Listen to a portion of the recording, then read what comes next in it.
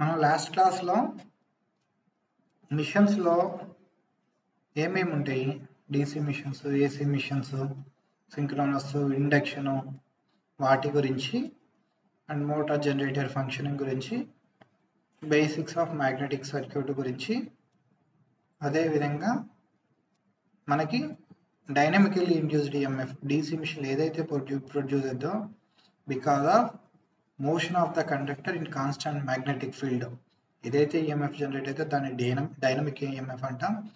అది ఎలా ప్రొడ్యూస్ అయింది, దాని డైరెక్షన్ ఎలా కనుక్కోవాలనేది డిస్కస్ చేసాం.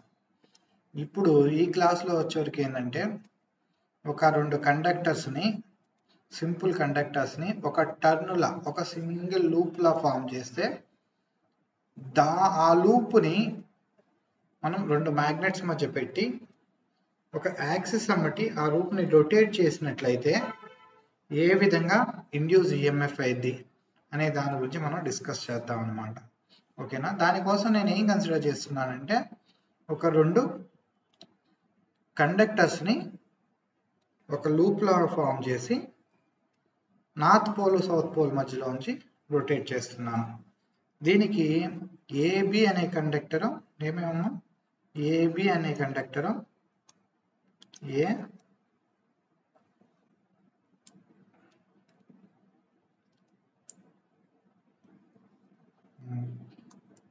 ఏబి అనే కండక్టరు, అట్లాగే బీసీ అనే నిమిషం, ఓకే, ఏ బి అనే కండక్టర్, అట్లాగే సిడి అనే కండక్టర్, రెండు కండక్టర్స్ని, ఏమేమి ఏబి ఒక కండక్టర్, అదేవిధంగా సిడి అనే ఒక రెండు కండక్టర్స్ని ఒక సింపుల్ లూప్ లాగా ఫామ్ చేసాం. ఫామ్ చేసి వాటిని ఒక టెర్మినల్ ఏ అనే టెర్మినల్ బ్రష్ B1 కనెక్ట్ చేసాం, అట్లాగే డి అనే టెర్మినల్ని బ్రష్ B2కి కనెక్ట్ చేసాం అనమాట. బ్రష్ B2కి డి అనే టెర్మినల్ని కనెక్ట్ చేసి దీన్ని రెండు fixed magnets north pole south pole మధ్యలో ఉంచి రొటేట్ చేస్తున్నాం. ఏ విధంగా అంటే మనకు ఒక రెండు పోల్స్ ఇట్లా ఉంటే, ఒకటి ఏబి అనే ఫేజ్ ఇది అనుకుంటే, అట్లాగే సిడి అనుకునే రెండు కండక్టర్స్ని ఒక లూప్ లాగా ఫామ్ చేసి దాన్ని రెండు మ్యాగ్నెట్స్ మధ్యలోంచి రొటేట్ చేసుకుంటూ వెళ్తున్నాం అనమాట. దీనికి ఎడిషనల్గా ఏం చేసాము, ఏ అనే టెర్మినల్ B1 అనే బ్రష్కి, అట్లాగే డి అనే టెర్మినల్ B2 అనే బ్రష్ కనెక్ట్ చేసి ఈ రెండింటి మధ్య లోడ్ రెసిస్టెన్స్ ఎంఎల్ని కనెక్ట్ చేసాం. ఇప్పుడు ఏం చేస్తాము, ఈ అరేంజ్మెంట్ మొత్తాన్ని అంటే ఇంక్లూడింగ్ బ్రషెస్, రెసిస్టెన్సెస్లు, ఈ మొత్తం అరేంజ్మెంట్ ఒక యాక్సిస్ అమ్మటి ఇది యాక్సిస్, ఈ డాటెడ్ లైన్ ఉంది కదా, యాక్సిస్ ఇది ఈ లైన్, ఈ యాక్సిస్ అమ్మటి రొటేట్ చేద్దాం అనమాట. ఈ యాక్సిస్ అమ్మటి ఆ మ్యాగ్నెటిక్ ఫీల్డ్లో రెస్పెక్టివ్ మ్యాగ్నెటిక్ ఫీల్డ్లో రొటేట్ చేద్దాం. రొటేట్ చేసినప్పుడు ఏమైంది, ఇనీషియల్గా ఈ పొజిషన్ని ఏదైతే చూపించిన పొజిషన్, ఈ పొజిషన్ 0 డిగ్రీ అనుకుంటే ఇది 0 డిగ్రీ పొజిషన్లో, ఇది 90 డిగ్రీ పొజిషను, డౌన్ వచ్చే వరకు 180 డిగ్రీ పొజిషను, ఇది 270 డిగ్రీ పొజిషను. సో దీన్ని నెమ్మదిగా మనం ఇట్లా 0 డిగ్రీస్ నుంచి ఇట్లా 90 డిగ్రీస్కి, దెన్ 180 డిగ్రీస్కి, then 270, then coming back to 360 or 0 degree ఇట్లా రొటేట్ చేద్దాం. ఇలా రొటేట్ చేసేటప్పుడు ఏమైంది, ఇనీషియల్గా ఉన్న పొజిషన్ ఏంటమ్మా 0 డిగ్రీ పొజిషన్లో ఉంది. ఇనీషియల్గా యాజ్ ఇది 0 డిగ్రీ పొజిషన్లో ఉంది. ఇప్పుడు 0 డిగ్రీ పొజిషన్లో ఉన్నప్పుడు కనుక మనం క్లియర్గా అబ్జర్వ్ చేస్తే మనకి ఏమైంది, ఫ్లెక్స్ లైన్స్ ఏ అయితే ఉన్నాయో ఆల్ ఫ్లెక్స్ లైన్స్ ఈ లూప్ నుంచి పాస్ అవుతున్నాయి అనమాట. ఆల్ ఫ్లెక్స్ లైన్స్ ఏమవుతున్నాయి, ఈ ఏబి సిడి అనే లూప్ నుంచి ఆల్ ఫ్లెక్స్ లైన్స్ చూడండి పాస్ అవుతున్నాయి. అన్ని ఫ్లెక్స్ లైన్స్ పాస్ అవుతున్నాయి. ఈ పొజిషన్లో, ఈ పర్టికులర్ పొజిషన్లో ఏమైంది, మనకి మ్యాక్సిమం ఫ్లెక్స్ అనేది మన కాయిల్ గుండా ఆర్ సింపుల్ లూప్ గుండా లింక్ అవుతుంది. ఈ టైంలో మనం చేంజ్ ఆఫ్ ఫ్లెక్స్ కనుక అబ్జర్వ్ చేసినట్లయితే 0 ఉండిద్ది అనమాట ఈ పొజిషన్లో.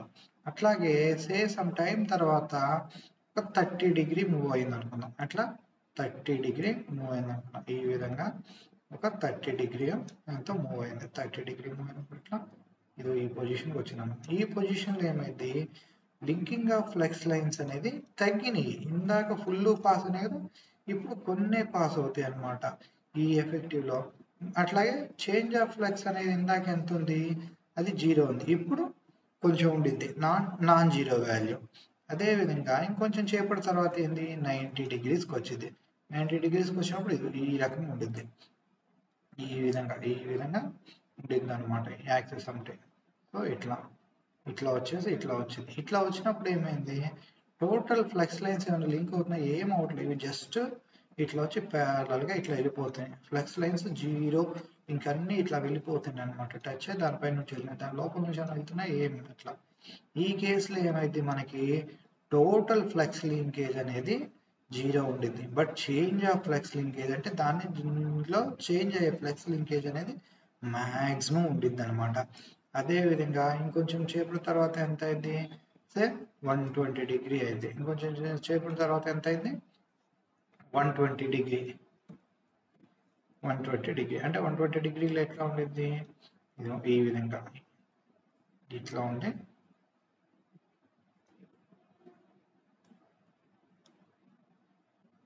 వన్ 120 డిగ్రీ పొజిషన్లో వచ్చేవరకు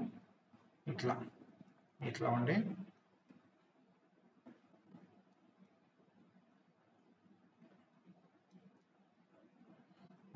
ఈ కేసులో కూడా 0 నుంచి కొంచెం లింక్ అవటం స్టార్ట్ అయింది. అదేవిధంగా చేంజ్ ఆఫ్ ఫ్లక్స్ కూడా నాన్ జీరో వాల్యూ ఉందన్నమాట. ఉంది. ఈ మధ్యలో మనం అబ్జర్వ్ చేసినట్లయితే ఫస్ట్ ఈ పొజిషన్లో మనకి ఫ్లెక్స్ లింకేజ్ ఎక్కువగా ఉంది, మ్యాక్సిమం ఉంది ఫ్లెక్స్ లింకేజ్.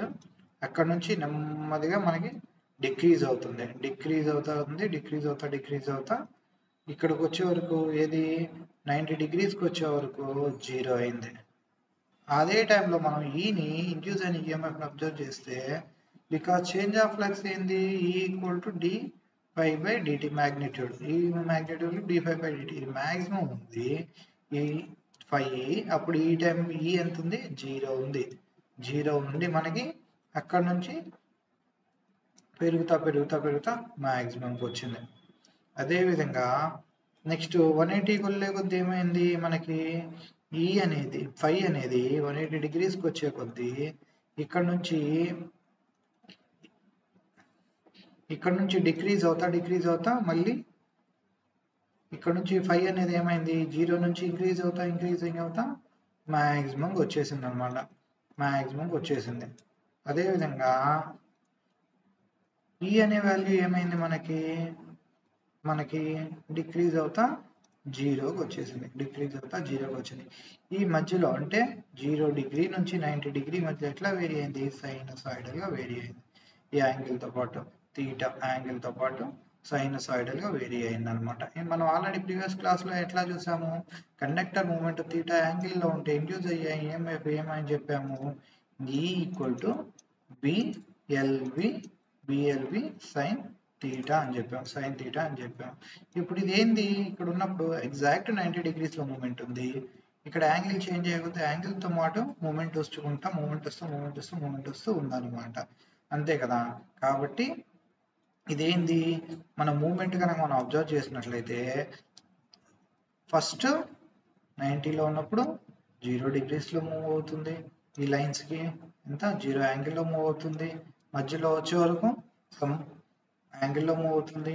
అదేవిధంగా ఈ మొత్తం అలైన్ అయిపోయిన టైంలో అంటే 90 డిగ్రీ రొటేట్ అయినప్పుడు లూప్ 90 డిగ్రీస్లో మూవ్ అవుతుంది. అట్లా నెక్స్ట్ చేంజ్ అవుతూ ఉంది. దీన్ని ఇంకొంచెం క్లియర్గా అబ్జర్వ్ చేయడానికి మనం 90 డిగ్రీస్ దగ్గర, 0 డిగ్రీస్ దగ్గర, 180 డిగ్రీస్ దగ్గర, 270 డిగ్రీస్ దగ్గర డిఫరెంట్ కేసెస్లో ఎలా ఉంది అనే దాన్ని కొంచెం క్లియర్గా అబ్జర్వ్ చేయడం కోసం ఈ 4 కేసెస్ని కన్సిడర్ చేద్దాం అనమాట. ఎక్కడెక్కడ 0 దగ్గర, అట్లాగే 180 దగ్గర, అట్లాగే 90 దగ్గర, అదేవిధంగా మనం 270 డిగ్రీస్ దగ్గర నెక్స్ట్ ఫిగర్లో చూపించాను చూడండి. ఇప్పుడు ఈ ఫేస్ ఇది వచ్చే వరకు ఫస్ట్ కేసు 0 డిగ్రీస్ దగ్గర మనం కనుక అబ్జర్వ్ చేసినట్లయితే మొత్తం ఫ్లక్స్ లైన్స్ లింక్ అవుతున్నాయి. కండక్టర్ మూవ్మెంట్ ఎంత ఉందమ్మా, ప్యారలల్ గా ఉంది చూడండి. ఫ్లెక్స్ లైన్స్ కి ఎట్లా ఉంది? కండక్టర్ మూమెంట్ ప్యారలల్ గా ఉంది, 0 degrees లో ఉంది, అంతే కదా. అదే విధంగా 90 degree రొటేట్ అయిన తర్వాత లింక్ అయ్యేవి కాయిల్స్ 0, ఎందుకంటే అవి జస్ట్ టచ్ అయి వెళ్ళిపోతున్నాయి, ఏది లింక్ అవ్వకుండా. బట్ మూమెంట్ మీరు చూసినట్లయితే 90 degrees లో ఉండిద్ది. ఎంత ఉంది? 90 degrees లో ఉంది. మరి ఈ మధ్యలో ఇన్ బిట్వీన్ దిస్ టూ ఏమైంది? థీటా 0 degrees నుంచి ఏది చేంజ్ అవుతూ థీటా అనేది 0 degrees నుంచి మనకి చేంజ్ అవుతూ 90 degrees వరకు పెరిగింది అనమాట. అంటే ఇది కండక్టర్ మూమెంట్ యాంగిల్. అదేవిధంగా అక్కడ నుంచి నెక్స్ట్ కేసు చూసినట్లయితే మనం 180 degreesకి వచ్చేటప్పటికి ఏమైంది? ఇక్కడ నుంచి ఫ్లెక్స్ లింకేజ్ పెరుగుతా 180కి మ్యాక్సిమం చేరుకున్నాయి. అదేవిధంగా కండక్టర్ మూమెంట్ యాంగిల్ ఏంది? 90 degrees నుంచి తగ్గుతా మళ్ళీ 0 degrees లో మూమెంట్ స్టార్ట్ అయింది. నెక్స్ట్ కేసు వచ్చే వరకు సేమ్ ఫ్లెక్స్ లింకేజ్ మళ్ళీ మనకి తగ్గుతా 270కి వచ్చే వరకు 0 అయింది కండక్టర్ యాంగిల్. అదేవిధంగా పెరుగుతా 270కి వచ్చే వరకు మ్యాక్సిమం 90 యాంగిల్ అయిపోయింది అనమాట. ఈ విధంగా ఉండిద్ది మనకి. సో ఈ కేసులో, ఈ 4 కేసెస్లో కనుక మనం అబ్జర్వ్ చేస్తే ఈ పర్టికులర్ కేసులో ఫ్లెక్స్ లింకేజ్ మ్యాక్సిమం ఉంది, అట్లాగే ఈ ఈజ్ 0 ఉంది. ఈ కేసులో అబ్జర్వ్ చేస్తే ఈజ్ 0 ఉంది, ఈ ఈజ్ మ్యాక్సిమం ఉంది. అదేవిధంగా ఈ కేసులో అబ్జర్వ్ చేస్తే మళ్ళీ మ్యాక్సిమం ఉంది, ఈ విల్ బి 0 ఉంది, ఈ కేసులో మనం అబ్జర్వ్ చేస్తే 0 ఉంది, అట్లాగే ఈ విల్ బి మ్యాక్సిమం ఉంది. ఇందులో మనం అబ్జర్వ్ చేయాల్సింది ఏంది?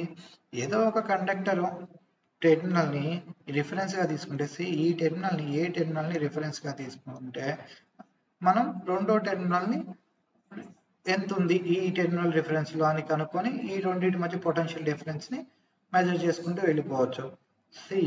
ఇప్పుడు ఫస్ట్ కేసులో ఏమైంది? మనకి కండక్టర్ మూమెంట్ ఎటువైపు ఉంది?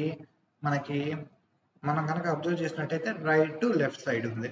అట్లాగే పోల్స్ ఏ డైరెక్షన్లో ఉన్నాయి? ఫీల్డ్ ఏ డైరెక్షన్లో ఉంది? లెఫ్ట్ టు రైట్ ఉందన్నమాట. వీటిని మనం థంబ్ రూల్, మన లెమింగ్స్ రైట్ హ్యాండ్ రూల్ అప్లై చేసి ఇండ్యూస్డ్ ఈఎంఎఫ్ యొక్క డైరెక్షన్ కూడా కనుక్కోవచ్చు. అది ఏం చెబుతుంది చూడండి. మనం 3 ఫింగర్స్ స్ట్రెచ్ చేసాము, థంబ్ ఫింగర్ని కండక్టర్ డైరెక్షన్లో పెట్టాము. నెక్స్ట్ దీన్ని ఏ డైరెక్షన్లో పెట్టాలి? ఫీల్డ్ డైరెక్షన్లో పెట్టాలన్నమాట, పాయింటింగ్ ఫింగర్ని. అదేవిధంగా మన మిడిల్ ఫింగర్ని ఏం ఇండికేట్ చేస్తుంది? ఇండ్యూస్డ్ ఈఎంఎఫ్ని ఇండికేట్ చేస్తుంది. ఇట్లా చూసుకున్నట్టయితే మనకి ఏం డిఫరెన్స్ వచ్చిందయ్యా అంటే, రెండు కండక్టర్స్ కంబైన్డ్ లూప్ యొక్క ఒక కేసులో ఈ0 పొలారిటీ చేంజ్ అవుతా ఉంది. ఈ అనేది సైనోసాయిడల్గా వేరీ అవుతూ పొలారిటీ చేంజ్ అవుతూ ఉందన్నమాట. ఓవరాల్ నెట్ రిజల్టెంట్ మనకి ఎట్లా వచ్చింది? ఒక సైనసాయిడల్ వేవ్ ఫామ్లో వచ్చింది. దాన్ని మనము డిఫరెంట్ కేసెస్ కన్సిడర్ చేసాం కదమ్మా. ఇది ఒక ఫస్ట్ క్వార్టర్ అనుకుందాము. ఏది 0 to 90 degree ఉన్నదాన్ని, అదేవిధంగా 90 to 180 ఉన్నదాన్ని సెకండ్ క్వార్టర్, అట్లాగే 180 to 270 ఉన్నదాన్ని థర్డ్ క్వార్టర్, అండ్ నెక్స్ట్ది ఫైనల్గా ఫోర్త్ క్వార్టర్ అంటే 360 degree సైకిల్ పడింది. ఈ 360 degree సైకిల్ యొక్క ఈఎంఎఫ్ని మనం వోల్ట్ మీటర్తో కానీ దేంతో మెజర్ చేసినా, లేదంటే అందులో ఫ్లో అయ్యే కరెంట్ని పర్టికులర్ డైరెక్షన్ పాజిటివ్ అని ఎజ్యూమ్ చేసుకున్నా, గీసినా సరే ప్లాట్ అది ఎట్లా ఉంటుంది అంటే ఈ విధంగా ఉంటుంది మనకి. 0 to ఫస్ట్ ఈ చూడండి, ఈఎంఎఫ్ ఏమైంది? 0 నుంచి స్టార్ట్ అయింది, మ్యాక్సిమం రీచ్ అయింది, తగ్గింది 0 అయింది. నెక్స్ట్ ఆపోజిట్ డైరెక్షన్లో పెరుగుతుంది, సైనసాయిడల్గా మ్యాక్సిమం రీచ్ అయింది, మళ్ళీ ఫైనల్గా వచ్చి 0కి రీచ్ అయింది అనమాట. ఈ విధంగా జరిగింది. ఇప్పుడు ఇదేంది? మనకి ఒక సింపుల్ లూప్లో కాన్స్టాంట్ మ్యాగ్నెటిక్ ఫీల్డ్ ఉంచి పోల్స్ని ఫిక్స్ చేసి ఒక యాక్సిస్ అమ్మటి రొటేట్ చేస్తే అందులో ఇండ్యూస్ అయిన ఈఎంఎఫ్ యొక్క వేవ్ ఫామ్. అర్థమైందమ్మా? ఇది. ఇప్పుడు మనం ఏం చేద్దాము? 2 పోల్స్ పెడితే కదా ఇది వచ్చింది. రిమెంబర్ 1 పాయింట్ అమ్మా, every 2 poles will generate one complete cycle, అంటే ఒక పాజిటివ్ నుంచి నెగిటివ్ సైకిల్ని కంప్లీట్ చేసేది 2 పోల్స్. అదే 4 పోల్స్ ఉంటే ఏమైంది, 4 పోల్స్ ఉంటే 2 సైకిల్స్. ఎందుకు, 2 కాన్సిక్యూటివ్ పోల్స్ ఒక సైకిల్ ఆఫ్ ఈఎంఎఫ్ని జనరేట్ చేస్తాయి అన్నమాట. మనకి ఇదిగో చూడండి, ఇక్కడ 2 పోల్స్ ఉన్నప్పుడు మనం కండక్టర్స్ని ప్లేస్ చేసుకున్నాము. చూడండి, ఇదంతా ఒక సైకిల్ని జనరేట్ చేసింది. అదే మనకి 2 ఉన్నాయి అనుకోండి, 4 పోల్స్ ఉన్నాయి. ఆ టైంలో ఏమైంది, మనం ఇందులో అబ్జర్వ్ చేసినట్లయితే ఇక్కడ ఈ ఇండ్యూస్డ్ ఈఎంఎఫ్ ఎంత ఉంది, ఈ కేసులో ఫస్ట్ కేసు చూడండి, ఈ కేసులో ఎంత ఉంది, ఇండ్యూస్డ్ ఈఎంఎఫ్ ఇనిషియల్గా 0 ఉంది. చూసారా ఎట్లా ఉంది, 0 ఉంది. నెక్స్ట్ మూవ్మెంట్ అవుతా పొజిషన్ కండక్టర్స్ కూడా చూపించాం చూడండి మనం 1. సో ఇక్కడ ఇనిషియల్గా ఇక్కడ ఉన్నప్పుడు మ్యాక్సిమం ఫ్లక్స్ ఎక్కడన్నా మన కండక్టర్స్ కాయిల్ అనేది 90 degreesలో ఉన్నప్పుడు అవుతుంది అనమాట. రెండింటికి మ్యాక్సిమం ఫ్లక్స్ లింకేజ్ అయ్యి E will be equal to G. ఇక్కడ మనకి ఏమవుతుంది, ఈ విల్ బి ఈక్వల్ టు 0 అవుతుంది. అట్లాగే కండక్టర్ మూవ్ అవుతా ఏదో ఒక పోల్ అండర్కి వచ్చే వరకు మ్యాక్సిమం అవుతుంది. మళ్ళీ అక్కడ నుంచి పోల్ యొక్క సెంటర్, 2 పోల్స్ మధ్య సెంటర్కి వెళ్ళే కొద్దీ తగ్గుతా మళ్ళీ 0 అవుతుంది. అక్కడ నుంచి పెరుగుతా మళ్ళీ ఆపోజిట్ డైరెక్షన్లో మ్యాక్సిమంకి రీచ్ అవుతుంది. ఇక్కడికి ఒక కంప్లీట్ సైకిల్. మళ్ళీ నెక్స్ట్ అదే విధంగా రొటేషన్ కంప్లీట్ అవుతాం, ఇక్కడికి వచ్చే వరకు 2 కంప్లీట్ సైకిల్స్ అవుతాయి అనమాట. అట్లా 2 సైకిల్స్ ఆఫ్ ఇది మనకు వస్తూ ఉంది. ఈ విధంగా 6 పోల్స్ పెడితే 3 సైకిల్స్, 8 పోల్స్ పెడితే 4 సైకిల్స్, అట్లా మనకి వస్తూ ఉండిద్ది అనమాట. ఓకేనా. మనము నెక్స్ట్ క్లాస్లో వచ్చే వరకు ఇప్పటి వరకు ఏం చూసాము, ఒక సింపుల్ లూప్ జనరేటర్లో ఈఎంఎఫ్ యొక్క నేచర్ అంటే ఎలా ఇండ్యూస్ అవుతుంది అనేది మనం చూసాము, అంతే కదా. సో ఇదేంటి, జస్ట్ 2 పోల్స్ని కాన్స్టెంట్గా పెట్టి ఒక సింపుల్ లూప్ జనరేటర్ని రొటేట్ చేస్తే, అంటే 2 నార్త్ పోల్ సౌత్ పోల్ కాన్స్టెంట్గా ఫిక్స్ చేసి కాన్స్టెంట్ మ్యాగ్నిట్యూడ్ వాటి మధ్యలో ఒక లూప్ను పెట్టి రొటేట్ చేస్తే యాక్సిస్ అమ్మటి అందులో ఇండ్యూస్ అయ్యే ఈఎంఎఫ్ ఎలా ఉంది అనేది చూసాం కదా. నెక్స్ట్ క్లాస్లో ఏం చేద్దామంటే, మనం DC అంటున్నాం, బట్ ఇక్కడ సింపుల్ లూప్లో వచ్చిన నేచర్ ఏంది, పొలారిటీ చేంజ్ అవుతుంది కాబట్టి అది DC కాదు AC. అంటే మనం ఇస్తున్నాము మనకు అవుట్పుట్ ఏమో DC వస్తుంది, బట్ లోపల జనరేట్ అవుతుంది AC.